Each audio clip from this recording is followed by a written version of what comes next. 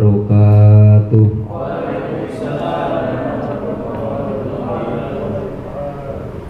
Bismillahirrahmanirrahim. Alhamdulillahirabbil alamin. Wa bihi nasta'inu ala umuri dunya waddin. Wassalatu wassalamu ala sayyidina wa maulana Muhammadin sayyidil awwalin wal akhirin wa ala alihi wa ashabihi ajmain. Amma ba'd. Yang kita hormati bersama Ketua Umum Yayasan Badan Wakaf Sultan Agung Bapak Profesor Dr. Bambang Tribawono SH MH dan seluruh pengurus jajarannya yang tanpa mengurangi rasa hormat tidak bisa kami sebut satu persatu, dan tentunya tidak lupa seluruh teman-teman karyawan, pegawai, tenaga kependidikan di lingkup Yayasan Badan Wakaf Sultan Agung yang senantiasa saya hormati dan saya muliakan. Alhamdulillah, pada kesempatan pagi hari ini kita semuanya dikumpulkan oleh Allah Subhanahu wa Ta'ala dalam majelis rutinan kajian Rabu pagi. Ini tentunya tidak mengurangi rasa syukur kita, justru menambah, karena di sela-sela pekerjaan kita masih diberikan kesempatan untuk berkegiatan atau beraktivitas dalam ranah spiritual. Semoga dengan kegiatan kajian di pagi hari ini dimulai dengan sholawat nariyah dapat membawa kita semakin semangat secara jiwa dan raga untuk menunaikan kewajiban kita, menjalankan tugas-tugas kita di Yayasan Badan Wakaf Sultan Agung ini. Amin Allahumma amin. Sholawat dan salam seperti tadi sholawat nariyah selalu kita aturkan kepada junjungan kita Nabi Agung Muhammad Sallallahu Alaihi Wasallam yang senantiasa kita dambakan syafaatnya kelak di yaumil qiyamah.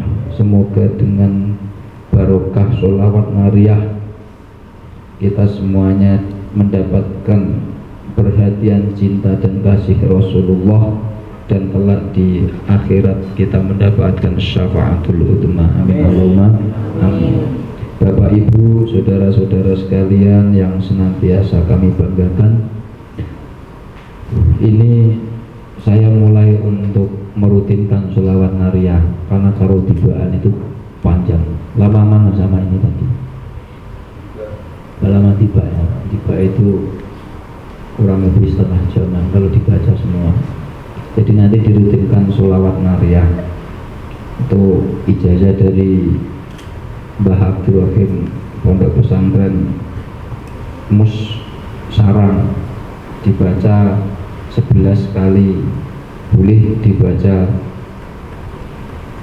21 kali, boleh 111 boleh. Apa nek 111 nanti taqabbalallahu minna wa minkum, sampeyan ra kerja kabeh.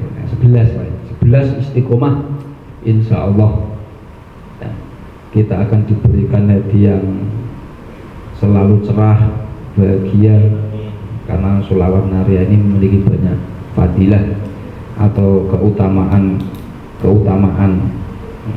karena sholawat ini itu disusun oleh Kanjeng Nabi sendiri, sing damel Kanjeng Nabi sendiri, orang para ulama orang. Saya sholawat nariyah itu sholawat makturat yang disusun oleh Kanjeng Nabi, baik redaksinya, cara membacanya, dan waktu serta fadilahnya. Bapak Ibu sekalian, ini kita memasuki bulan-bulan baru, bulan Januari di tahun 2025. Saya sendiri sebagai salah satu pengurus telah melewati masa 1 tahun di sini. Tentunya banyak sekali kenangan-kenangan, baik itu yang membahagiakan, yang kadang juga dirasa berat pasti ada. Namun apapun kenangan itu, perjalanan itu adalah bagian dari kita menjalankan takdir Tuhan takdir Allah di Yayasan Badan Wakaf Agung, maka oleh karena itu perlu tetap kita syukuri. Yang paling penting dari sekian perjalanan itu kita mengambil manfaat, mengambil pelajaran dari pengalaman yang kita miliki, karena pengalaman itu adalah guru terbaik dan tidak bisa ditempuh di jenjang pendidikan manapun, karena lapangan dan fakta itu selalu menang daripada teori. Nah, di tahun baru ini 2025 tentunya menjadi sebuah refleksi bagi kita. Di dalam hadis yang sudah masyhur disebutkan bahwa barang siapa yang hari ini lebih baik dari hari kemarin, berarti dia termasuk orang yang beruntung. Apabila hari ini sama dengan hari kemarin, maka dia termasuk orang yang rugi. Kenapa rugi? Karena dalam perjalanan kehidupannya dia tidak mengalami perkembangan, pertumbuhan, perubahan yang positif. Rugi. Apalagi yang ketiga, barang siapa yang hari ini itu lebih buruk daripada hari kemarin, maka dia termasuk orang-orang yang mendapatkan apa? Orang-orang yang dilaknat, mal'unun alaih, orang yang dilaknat naudzubillah min dzalik. Nah, ini menjadi cerminan kita, menjadi pengingat kita, menjadi motivasi kita untuk senantiasa selalu berubah mengikuti perubahan secara positif. Bukannya di setiap tahun, tapi di setiap hari, di setiap waktu kita selalu mencari kesempatan untuk berbuat baik, supaya gitu kita tidak merugi, lebih-lebih naudzubillah menjadi orang yang termurkai atau dilaknat oleh Allah Subhanahu wa taala. Nah, maka teman-teman sekalian, di sini apabila kita interpretasikan dalam kegiatan kita sehari-hari, kita harus selalu berupaya untuk menjadi orang yang punya semangat tinggi untuk meningkatkan kompetensi kita. Nah, ibadah itu kewajiban. Ibadah itu sebenarnya hal yang tidak perlu dibahas lagi sebagai kita orang Islam. Sering saya sampaikan, orang Islam kok, apalagi di Yayasan Badan Wakaf Sultan Agung, yang notabene adalah yayasan Islam yang besar, yang di dalamnya banyak lembaga pendidikan yang berbasis Islam. Kalau kita itu masih sering membahas tentang sholat, membahas masih masalah tentang baik dan buruk, itu bagi saya suatu yang naif ya. Karena itu suatu keharusan yang sudah menempel. Seperti kita itu kalau lapar itu harus apa? Harus makan. Seperti kita orang Islam itu sholat itu ya seperti kita ketika kelaparan memang harus makan. Tidak perlu bertanya lagi kenapa saya harus makan, haruskah saya makan. Jadi orang Islam seperti itu. Untuk masalah ubudiyah seperti sholat, puasa, Ramadan, dan halal wajib lainnya. Namun lebih daripada itu, kita sebagai muslim yang di sini diamanai di Yayasan Badan Wakaf Sultan Agung yang begitu besarnya, ini bukan untuk menyombongkan kita, tetapi sebagai tahadus binikmah. Terjun ini paling penak, Mas. Kalau kita bandingkan dengan korporasi yang lain, sholat wae enggak di perusahaan-perusahaan kadang sholatnya kewangenan, ya toh, mas sholat wajib, meh turu kadang yo, wah, paling 5 menit 10 menit, sampai aneh gini, ono adar wis dikon kon sholat jamaah, gue jam istirahat sampai jam 1, wah enak boh, bersasi bayar, akhir tahun diunda, amin Allahumma. Kenaikan kok belum sudah ada Mas Ivan? SK-nya belum keluar.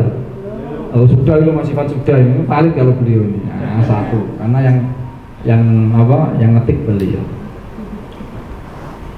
Semoga nanti yayasan ini kita doakan bersama, termasuk Barokah Sholawat Nabi ini, yayasan ini berkembang pesat menjadi yayasan yang betul-betul mandiri, bisa membawa kesejahteraan umat, termasuk kesejahteraan para karyawan atau pegawai yang ada di dalamnya. Amin. Baik sejahtera secara material maupun spiritual.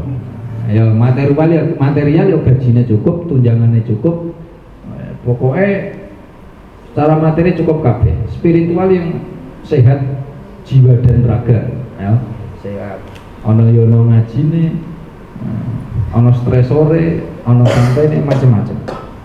Nah, oleh karena kembali lagi di tahun baru ini menjadi refleksi kita untuk meningkatkan kompetensi. Apa yang menjadi motivasi kita supaya kita itu bisa seperti itu? Yang pertama tadi hadisnya Rasulullah SAW. Yang kedua, tuntutan perkembangan. Teman-teman sekalian, kita sadar atau tidak sadar, kita harus menerima bahwa sifat daripada dunia ini adalah terus berubah. Yang tidak pernah berubah itu adalah perubahan itu sendiri. Benar. Jadi sifat daripada dunia ini akan terus berubah. Perubahan itu menjadi keniscayaan. Suatu yang tidak pernah berubah di dunia ini hanyalah perubahan itu sendiri. Tuhan Pak, Tuhan karuan, tidak perlu dibahas.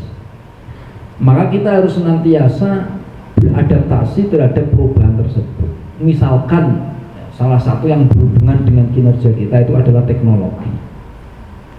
Teknologi itu masya Allah sekarang menjadi tren perubahan yang mempengaruhi gaya dan aktivitas manusia sehari-hari. Mempengaruhi gaya orang misalkan berpakaian. Itu banyak mengakses, meniru dari informasi yang disediakan oleh media sosial. Kalian bisa mengakses, mencontoh model penampilan yang ingin Anda gunakan pada hari ini dan besok. Itu gaya bicara pun Anda bisa mempelajari, meniru dari orang-orang yang Anda bisa akses ya melalui media digital. Kalau Anda nggak mengikuti itu, Anda akan terseret dalam arus perubahan. Anda akan terseok-seok. Aktivitas pun sama, akan terpengaruh oleh perubahan media sosial. Kemudian ini kalau orang beraktivitas secara manual, ngetik surat misalnya pertama ngadu ketikan cetak, salah dia mas titip ya mas, titip kalau nggak gitu ditempel, kalau terlalu banyak rapantes ya dibuang, ngetik mana dari sekarang pakai komputer. Kalau salah nggak perlu ditempel, nggak perlu di stip X, tinggal di delete. Kalau pengen menggandakan file, ya, soft file, sekarang enak tinggal copy paste, ya, tinggal save as, merubah surat tinggal save as. Kemudian dokumentasi, dulu kita harus punya ruangan khusus untuk mendokumen surat-surat secara bahasanya hard file ya, secara manual. Jadi banyak rak, kemudian yang hitam-hitam apa mas? Owner, itu nek ilang bingung, disimpan akan memenuhi ruangan. Nah, sekarang sudah ada sistem scan, ya, disimpan di komputer. Itu akan semakin menghemat ruangan, semakin mempermudah kita dalam mencari. Kalau ditata secara manual, wah, pimpinan minta tolong saya dicarikan arsip surat nomor sekian, buka itu bedamilan. Sekarang kita dimudahkan dengan digital, scan komputer, surat yang masuk di scan, dikasih nama sesuai dengan nomor suratnya, dengan perialnya, simpen di file. Besok pimpinan minta, saya kemarin coba dilihatkan arsip surat ini, tinggal ketik searching di komputer, set keluar, tek, print ulang jadi. Kira-kira cepat mana Pak? Mudah mana kira-kira? Ngono kuwi kadang yo ono sing seneng nyimpen secara ngono goleki uangnya lah. Ya Pak Mustafa kemarin dibantu Pak? Sertifikat tanah sekarang sudah di scan semua. Ya tetap kita berusaha untuk kalau sertifikat tanah memang harus aslinya harus ada ya. Aslinya harus ada. Tapi kalau hal-hal seperti surat itu karena tidak berhubungan dengan administrasi negara, saya kira tidak terlalu masalah. Tapi kalau seperti sertifikat wakaf, sertifikat tanah itu memang aslinya harus berwujud. Nah, itu kalian harus kita semuanya harus beradaptasi terhadap perubahan-perubahan itu. Kalau kita nggak beradaptasi, repot. Karena itu nanti juga mempengaruhi kegiatan masyarakat di luar. Lama kelamaan tempat surat itu nggak akan laku. Karena kebutuhannya semakin berkurang, bisa diwakili oleh komputer.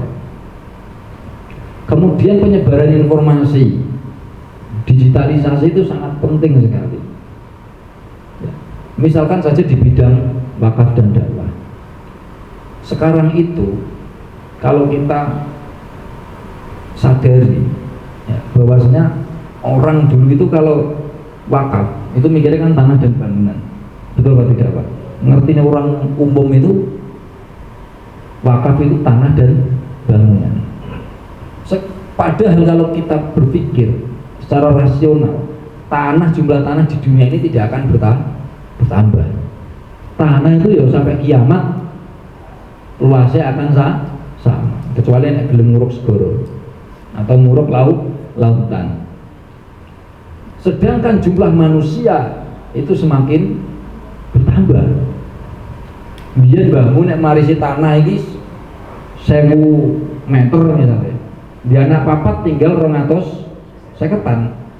Lah 250 engko duwe anak loro kari piro? 100 lawe. 100 lawe dan anak loro meneh kari suida loro koma 5. Suwe-suwe tanah iki entek angel sebab jumlahnya gak berkembang, manusianya terus berkembang, sehingga itu akan mempersempit peluang orang untuk melakukan wakaf tanah. Bangunan pun sama. Bangunan itu sekarang untuk pelebaran tidak mudah bagi area-area yang tanahnya sudah sempit, bisanya naik ke atas. Di beberapa wilayah pondok pesantren itu seperti di Kajen itu tanah sudah sulit. Pondok itu kalau mau bangun ke samping itu sudah sulit, bisanya ke atas. Sedangkan konstruksi yang dibangun di awal itu bukan konstruksi untuk 4 lantai. Nah, repot. Maka kita harus melakukan sebuah reformasi sesuai regulasi pemerintah, misalkan adanya wakaf uang, wakaf melalui uang. Nah, wakaf melalui uang itu pun masa orang luar itu mau ke sini kemudian ngeterke duit kanelan. Nah, maka harus kita fasilitasi dengan digitalisasi. Perubahan-perubahan seperti ini, kreativitas seperti ini harus ada di benak kita semuanya untuk adaptasi terhadap perubahan-perubahan yang ada di dunia ini. Kalau enggak kita akan tertinggal, termasuk dalam dunia kerja. Nah, dampak positif daripada perkembangan digital itu memudahkan kita, sangat memudahkan kita. Saya itu latar belakang pendidikan saya itu bukan IT. Latar pendidikan saya itu dunia pendidikan sama dengan Mas Ivan. Cuma beliau bahasa Inggris, saya bahasa Indonesia. Di PAI sama-sama prodi pendidikan. Tapi saya selalu memiliki daya tarik yang tinggi terhadap beberapa hal. Cuma sebenarnya sing aneh-aneh loh Pak Mustafa ya. Termasuk saya itu senang digital walaupun saya bukan orang digital. Dan kita itu selalu bisa belajar dari itu. YouTube itu selalu menawarkan banyak pelajaran, banyak teori-teori, banyak tutorial yang dapat membantu kita dalam menyelesaikan pekerjaan. Serius ini. Kalian mau bikin apa? Bikin PPT yang bagus, tinggal aja tutorial bikin PowerPoint yang bagus. Tutorial bikin bahasa surat yang bagus ada. Apalagi sekarang ada AI itu, ChatGPT. Anda itu kalau bikin surat supaya bahasanya rapi, tinggal ketik aja di ChatGPT, buatkan surat permohonan bla bla bla, tuh tinggal copy paste nempel ribet. Gampang sekali, bahkan mau kon mikir iso, disuruh mikir bisa. Buatkan skema tentang kegiatan ini, buatkan ide tentang kegiatan ini. Nanti kalian coba itu, download di HP, itu sudah bisa terpasang secara portable. OpenAI atau ChatGPT, download nanti searching apapun. Atau kalau mau aplikasi-aplikasi yang lain nanti tanya aja di situ, tunjukkan aplikasi pembuat surat bla bla bla macam-macam. Ada sekali. Bagaimana cara mendokumentasikan surat itu. Jadi digital itu, digitalisasi ini memberikan kemudahan pada kita. Cuma kadang kita itu yang nggak mau menerima secara fair, secara jujur, padahal itu sangat membantu kita. Kalau kita nggak mau melakukan perubahan seperti itu, nanti kita repot semuanya. Kita akan tertinggal. Maka kalau kita kok bikin surat itu kok lebih dari 1 jam, bagi saya itu sebuah keterlambatan. Beneran, 1 jam itu kalau sekarang untuk menyusun narasi itu harusnya dapat minimal 10 halaman. Karena Anda ngetik di ChatGPT itu muncul semuanya. Misalnya mehopo, nggak skema apapun ada semuanya. Tapi itu hanya digunakan untuk hal-hal yang bersifat opini. Jangan digunakan untuk hal-hal yang bersifat objektif seperti data, akurasi data. Agak kurang, ya, agak kurang. Jadi kalau untuk opini untuk mencari ide-ide itu banyak sekali. Saya menggunakan itu jujur saja. Ya, karena itu tidak hanya di dunia pekerjaan, di dunia akademik pun digunakan, walaupun masih pro dan kontra. Beberapa dosen kami itu ada yang pro dan kontra tentang ChatGPT. Satu sisi memang sangat membantu sekali, membuka wawasan kita tentang ide-ide ke depan. Nanti coba dipraktekkan, itu adalah salah satu challenging kita, salah satu untuk meningkatkan kompetensi kita ya, di dunia kerja seperti ini. Karena gini, semakin yayasan ini berkembang pesat, semakin maju, kita semuanya yang ada di dalamnya itu akan merasakan kenikmatan dari sisi apapun. Dari sisi materi pasti, itu pasti ya. Dari sisi imaterial, misalkan kebanggaan, kalau yayasan ini besar, yayasan ini semakin maju, kalian ditanya kerja di mana, itu akan menjadi sebuah kepuasan tersendiri loh, ya lah. Kamu misalkan kerja di BUMN, bangga karena itu adalah instansi pemerintah yang besar. Kenapa kita nggak menciptakan kebanggaan itu sendiri dengan cara membesarkan institusi kita? Kita nggak perlu berpikir kita pindah kerja di mana, tapi kita membesarkan institusi ini. Kalau saya begitu, semakin institusi besar itu akan semakin menambah kepuasan kita. Lebih-lebih kita meninggalkan jejak yang baik, kita meninggalkan legacy yang baik, kenang-kenangan ya, untuk diteruskan orang-orang setelah kita. Dan kita akan mendapatkan amal jariah. Itu puncak terakhir. Amal jariah inilah nanti yang akan membantu kita. Selamat datang Bapak Dr. Masyudi, Kepala Bidang Kesehatan. Pak Masyudi, Kepala Bidang Kesehatan. Saya kenalkan semuanya karena belum tentu semuanya kenal. Nanti biar kalau ketemu tahu Pak Masyudi, itu dikira kadang ini pengurus ini penampilannya aneh-aneh. Pak Masyudi itu kadang santai banget bro. Ini rasa-rasa sekedar ya. Kadang pakai jeans, terus pakai klambi pendek, monggo mau arani start ning isor terus sampean lewat ngene tok repot. Ya beliau kadang juga saya yakin nggak membutuhkan penghormatan yang begitu besarnya. Tapi kalau bisa kita itu saling menghormati dan tahu itu lebih enak daripada tidak tahu. Oke, kembali lagi, kalau kita bisa meninggalkan legacy, meninggalkan kenang-kenangan berupa sistem pekerjaan yang baik di sini yang bisa diwarisi oleh generasi setelah kita, itu adalah bagian daripada amal jariah yang pahalanya tidak akan terputus. Sampai ojo salah paham, sedekah jariah ini nganggo duit terus ya. Amal soleh itu supaya ngajari ngaji kan. Orang enggak itu tok. Enggak itu doang. Anda misalkan di sini bisa menciptakan satu sistem yang bagus dan itu dipakai terus sampai nanti Anda itu meninggal akan tetap mendapatkan pahala. Anda misalnya menciptakan satu sistem pekerjaan di sini terkait dengan bidangnya teman-teman sendiri, misalkan surat menyurat, iso nggawe kop atau iso nggawe format surat, sing apik dan itu kok dipakai terus sampai ila yaumil qiyamah, sampai besok ini sampai dapat apa? Pahala yang mengalir. Aja terus di apa ini sedekah jariyah itu ilmu yang bermanfaat itu tidak hanya ilmu tentang agama, ilmu apapun yang itu bisa memberikan kebaikan bagi orang lain itu disebut ilmu yang bermanfaat dalam bidang apapun selain kecuali itu asal tidak dipakai untuk kejahatan. Jadi berusaha untuk menciptakan hal baru di tahun 2025 ini, yang hal baru itu menjadi basic kita bekerja ke depan. Syukur-syukur itu menjadi hal yang abadi di Yayasan Badan Wakaf Sultan Agung, dan itu nanti akan menjadi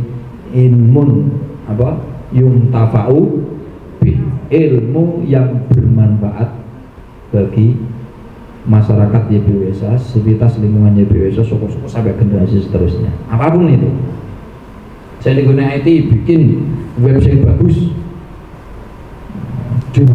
dilakukan maintenance yang berkala, dilakukan inovasi sesuai dengan perkembangan zaman, tampilan-tampilan diremajakan, informasinya dilengkapi dari berbagai bidang, yang diadministrasi menciptakan sistem surat menyurat yang bagus, kemudian sistem dokumentasi yang bagus, sistem controlling yang bagus. Ini juga nanti kalau diabadikan akan menjadi legacy yang itu adalah bagian daripada ilmu yuntafa'u bih, yang pahalanya tidak akan terputus walaupun kita meninggal di dunia ini. Jadi itu tahun 2025 mari kita semangat bersama-sama. Saya pun sama, saya merasa mendapatkan semangat baru setelah kemarin selesai bersama pengurus yang lain menyusun renstra bagaimana kegiatan ke depan, strateginya seperti apa berdasarkan analisis SWOT. Itu menambah semangat kami untuk menciptakan hal-hal yang baru. Harapan kami juga itu diikuti seimbang oleh teman-teman semuanya, karena teman-teman inilah yang mendukung pekerjaan kita di lapangan. Mari kita bersama-sama untuk semangat beraktivitas, semangat meningkatkan kompetensi kita, berusaha untuk menciptakan hal-hal yang baru yang bermanfaat untuk kemajuan Yayasan Badan Wakaf Sultan Agung. Ingat, semakin maju yayasan ini, instansi ini, maka kita akan diuntungkan secara material dan spiritual. Amin Allahumma. Saya kira itu Mas Hasan, ini ditutup langsung dengan doa ya. Al-Fatihah. A'udzubillahi minasyaitonir rajim. Bismillahirrahmanirrahim. Alhamdulillahirabbil alamin arrahmanirrahim maliki yaumiddin. Iyyaka na'budu wa iyyaka nasta'in ihdinas siratal mustaqim siratal ladzina an'amta 'alaihim ghairil maghdubi 'alaihim waladdallin. Amin. A'udzubillahi minasyaitonir rajim. Bismillahirrahmanirrahim. Allahumma shalli 'ala sayyidina Muhammad sayyidil awwalin wal akhirin wa sallim wa radhiyallahu tabaraka wa ta'ala bi sahabati Rasulillah ajma'in. Walhamdulillahi rabbil alamin hamdan syakirin hamdan na'imin hamdan yuwafi ni'amahu wa yukafi'u mazidah. Ya Rabbana lakal hamdu kama yanbaghi li jalali wajhikal karim wa 'azimi sultanik.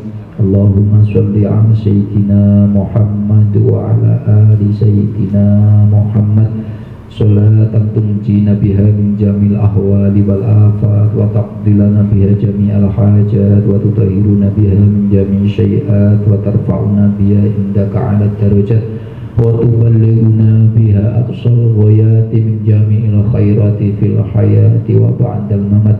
Rabbana dzulamna anfusana wa illam taghfir lana wa tarhamna lanakunanna minal khasirin. Ya farijal ham, ya kashifal gham, ya man bi'abdihi yaghfir wa yarham. Ighfir lana wa liwalidina warhamhum kama rabbawna shighara. Allahumma tsabbit imanana wa nawwir qulubana wa sallimna fid dunya wal akhirah. Allahumma la tada' lana wal hadirina wal muslimina danban ila ghafartah wala hamman ila farajtah wala umyuban ila satartah wala dainan ila qadaitah wala maridan ila syafaitah wala hajatan min hawaijid dunya laka fiya ridon walana fiha sholah ila yasartaha wa qadaitaha innaka ala kulli syai'in qadir. Rabbana atina min ladunka rahmatan wa hayyi' lana min amrina rusada.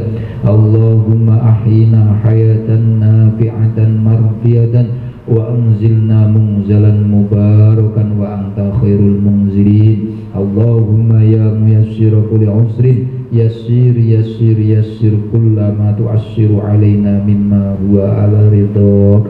Rabbana atina fid dunya hasanah wa fil akhirati hasanah wa qina adzabannar wa adkhilna jannata ma'al abrar ya aziz ya ghaffar ya rabbal alamin. Wa sallallahu ala sayyidina wa maulana Muhammadin wa ala alihi wa sahbihi wa baraka wa sallam. Subhana rabbika rabbil izzati amma yasifun wa salamun alal mursalin walhamdulillahi rabbil alamin biridha ilahi ta'ala al-fatihah. Bismillahirrahmanirrahim. Ar-Rahmanir-Rahim. Maliki yaumiddin. Iyyaka na'budu wa iyyaka nasta'in. Ihdinas siratal mustaqim. Shiratal ladzina an'amta 'alaihim ghairil maghdubi 'alaihim waladdallin.